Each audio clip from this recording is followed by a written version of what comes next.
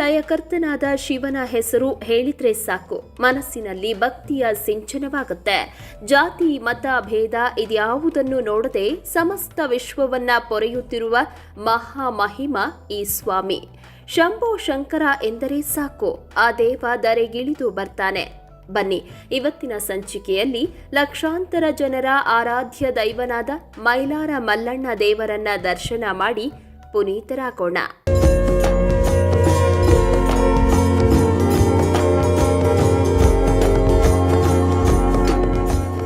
ಬೀದರ್ನಲ್ಲಿರುವ ಮೈಲಾರಲಿಂಗನ ಈ ದೇವಾಲಯವನ್ನ ಕೋಟೆಯ ಆಕಾರದಲ್ಲಿ ಕಟ್ಟಲಾಗಿದ್ದು, ದೇಗುಲವು ಅನತಿ ದೂರದಿಂದಲೇ ಹಳದಿ ಬಣ್ಣದಿಂದ ಭಕ್ತರನ್ನ ತನ್ನತ್ತ ಸೆಳೆಯುತ್ತಲಿದೆ.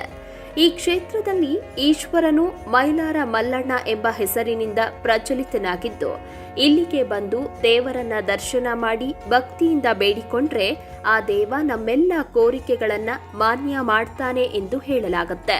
ಈ ಸ್ಥಳದಲ್ಲಿ ಪರಮೇಶ್ವರ ಮೈಲಾರ ಮಲ್ಲಣ್ಣ ಎಂಬ ಹೆಸರಿನಿಂದ ಸ್ಥಾಪಿತನಾಗಿರೋದ್ರ ಹಿಂದೆ ಒಂದು ಕತೆ ಕೂಡ ಇದೆ.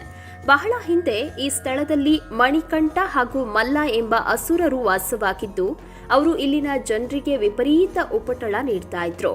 ಆಗ ಈ ಅಸುರರನ್ನ ಸಂಹರಿಸೋದಕ್ಕೋಸ್ಕರ ಜಗದೀಶ್ವರನು ಮಾರ್ತಾಂಡ ರೂಪ ತಾಳಿ ಅಸುರರನ್ನ ಸಂಹಾರ ಮಾಡಿ ಈ ಸ್ಥಳದಲ್ಲಿ ಭಕ್ತರ ಕೋರಿಕೆಯಂತೆ ನೆಲೆ ನಿಂತ ಎಂದು ಇಲ್ಲಿನ ಸ್ಥಳ ಪುರಾಣ ಹೇಳುತ್ತೆ.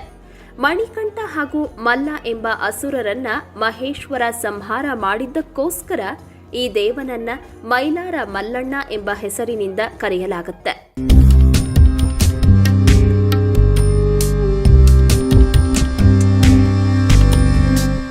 ದಕ್ಷಿಣ ಕಾಶಿ ಎಂದು ಕರೆಯುವ ಈ ಕ್ಷೇತ್ರಕ್ಕೆ ಭೇಟಿ ನೀಡುವ ಪ್ರತಿಯೊಬ್ಬ ಭಕ್ತರು ಭಂಡಾರ ಹಾಗೂ ಕೊಬ್ಬರಿಯನ್ನ ಹಾರಿಸುವ ವಿಶಿಷ್ಟ ಸಂಪ್ರದಾಯವಿದ್ದು, ಮಲ್ಲಣ್ಣನಿಗೆ ಪ್ರಿಯವಾದ ಈ ಕೆಲಸ ಮಾಡಿದ್ರೆ ಆ ದೇವ ನಮ್ಮೆಲ್ಲ ಇಷ್ಟಾರ್ಥಗಳನ್ನ ಬಹುಬೇಗ ಸಿದ್ಧಿ ಮಾಡ್ತಾನೆ ಎನ್ನುವ ಪ್ರತೀತಿ ಇದೆ.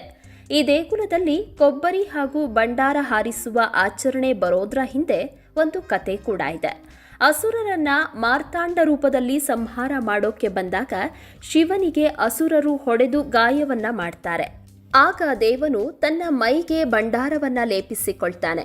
ಆಗ ಶಿವನ ಗಾಯ ಕೂಡಲೇ ವಾಸಿಯಾಗುತ್ತೆ ಹಾಗೂ ಅಸುರರನ್ನ ಈ ದೇವ ಜಯಿಸಿದ ನಂತರ ಕೊಬ್ಬರಿಯನ್ನ ಹಾರಿಸಿ ವಿಜಯೋತ್ಸವವನ್ನ ಆಚರಿಸ್ತಾರೆ. ಹೀಗಾಗಿ ಈ ಕ್ಷೇತ್ರದಲ್ಲಿ ಭಂಡಾರ ಹಾಗೂ ಕೊಬ್ಬರಿಯನ್ನ ಎಸೆಯುವ ಸಂಪ್ರದಾಯ ಜಾರಿಯಲ್ಲಿದೆ. ಈ ವಿಶಿಷ್ಟ ಆಚರಣೆಗೆ ಚೌಪಡಿ ಎಂದು ಕರೆಯಲಾಗುತ್ತೆ.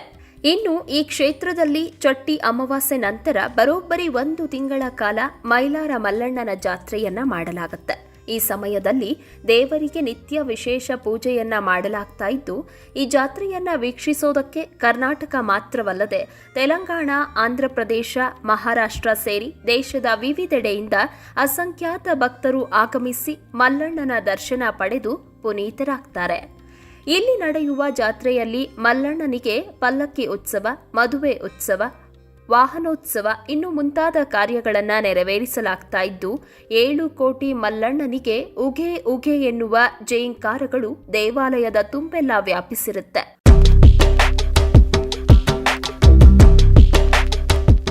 ಉತ್ತರ ಕರ್ನಾಟಕ ಜನರ ಪಾಲಿನ ಆರಾಧ್ಯ ದೇವನಾದ ಮಲ್ಲಣ್ಣನನ್ನ ಬೆಳಗ್ಗೆ 6 ಗಂಟೆಯಿಂದ ಸಂಜೆ 8 ಗಂಟೆಯವರೆಗೆ ದರ್ಶನ ಮಾಡಬಹುದಾಗಿದ್ದು, ಇಲ್ಲಿಗೆ ಬರುವ ಭಕ್ತಾದಿಗಳು ತಮ್ಮ ಇಷ್ಟಾನುಸಾರ ದೇವರಿಗೆ ಪೂಜೆಯನ್ನ ಮಾಡಿಸಬಹುದಾಗಿದೆ. ಮಲ್ಲಣ್ಣ ನೆಲೆ ನಿಂತ ಈ ಕ್ಷೇತ್ರವು ಬೀದರ್ ಜಿಲ್ಲೆಯ ಭಾಲ್ಕಿ ತಾಲೂಕಿನ ಖಾನಾಪುರದಲ್ಲಿದೆ. ಈ ದೇಗುಲವು ಬೆಂಗಳೂರಿನಿಂದ 704 ಕಿಲೋಮೀಟರ್, ಹುಬ್ಬಳ್ಳಿಯಿಂದ 433 ಕಿಲೋಮೀಟರ್, ಗದಗದಿಂದ 409 ಕಿಲೋಮೀಟರ್, ಬೀದರ್ನಿಂದ 17 ಕಿಲೋಮೀಟರ್ ದೂರದಲ್ಲಿದೆ.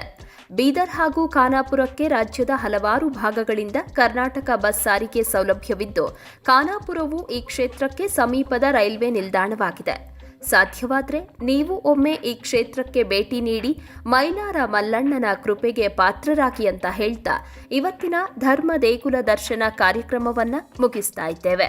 ವೀಕ್ಷಕರ ಗಮನಕ್ಕೆ ನಿಮ್ಮ ಅನಿಸಿಕೆ ಅಥವಾ ಅಭಿಪ್ರಾಯಗಳನ್ನು ಕಮೆಂಟ್ ಮುಖಾಂತರ ವ್ಯಕ್ತಪಡಿಸಬಹುದು. ಹಾಗೂ ನಿಮ್ಮ ಸುತ್ತಮುತ್ತ ಇದೇ ತರಹದ ಅದ್ಭುತ ದೇವಾಲಯಗಳಿದ್ದರೆ ಅದರ ಸಂಪೂರ್ಣ ಮಾಹಿತಿಗಳನ್ನು ನಮಗೆ ಇಮೇಲ್ ಮುಖಾಂತರ ತಿಳಿಸಬಹುದು.